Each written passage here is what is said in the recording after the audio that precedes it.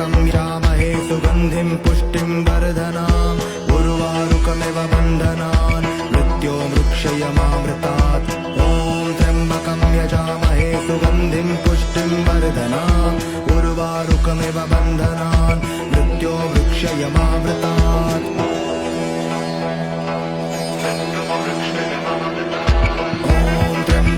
यजामहे सुगन्धिं पुष्टिं वर्धनाम् उर्वारुकमिव बन्धनान् मृत्योर्मुक्षयमामृतात् ॐ त्र्यम्बकं यजामहे सुगन्धिं पुष्टिं वर्धनाम् उर्वारुकमिव बन्धनान् मृत्योर्मुक्षयमामृतात्.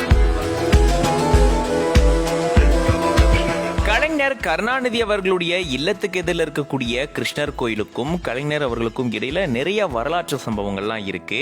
இந்த சூழல்ல அந்த கிருஷ்ணர் கோயில்ல தயாளு அம்மா அவர்களுக்காக 4-5 புரோகிதர்கள் சிறப்பு பூஜையை செஞ்சு அந்த பிரசாதத்தை தான் தயாளு அம்மா அவர்கள் கிட்ட வழங்கியிருக்காங்களாம். முதலமைச்சருடைய தாயார் தயாளு அம்மாள் அவர்களுக்கு 90வது பிறந்தநாள். இந்த பிறந்தநாள் விழா அங்க ரொம்பவே சிறப்பா கொண்டாடப்பட்டுட்டு வருது. குடும்ப உறுப்பினர்கள் எல்லாருமே இந்த விழால கலந்துகிட்டாங்க. முதலமைச்சர்ல ஆரம்பிச்சு இப்ப மூக்க அழகிரி அவர்கள் வரைக்கும் எல்லாருமே இந்த விழால வந்து கலந்துக்கிட்டாங்க. பொதுவாவே கலைஞர் நாத்திகவாதி, இவர் வீட்டுக்கு எதிரிலேயே கிருஷ்ணர் கோயில் இருக்குப்பா அப்படின்னு சொல்லிட்டு பலவிதமான பேச்சுகள் அந்த காலத்துல இருந்தே இருக்கா.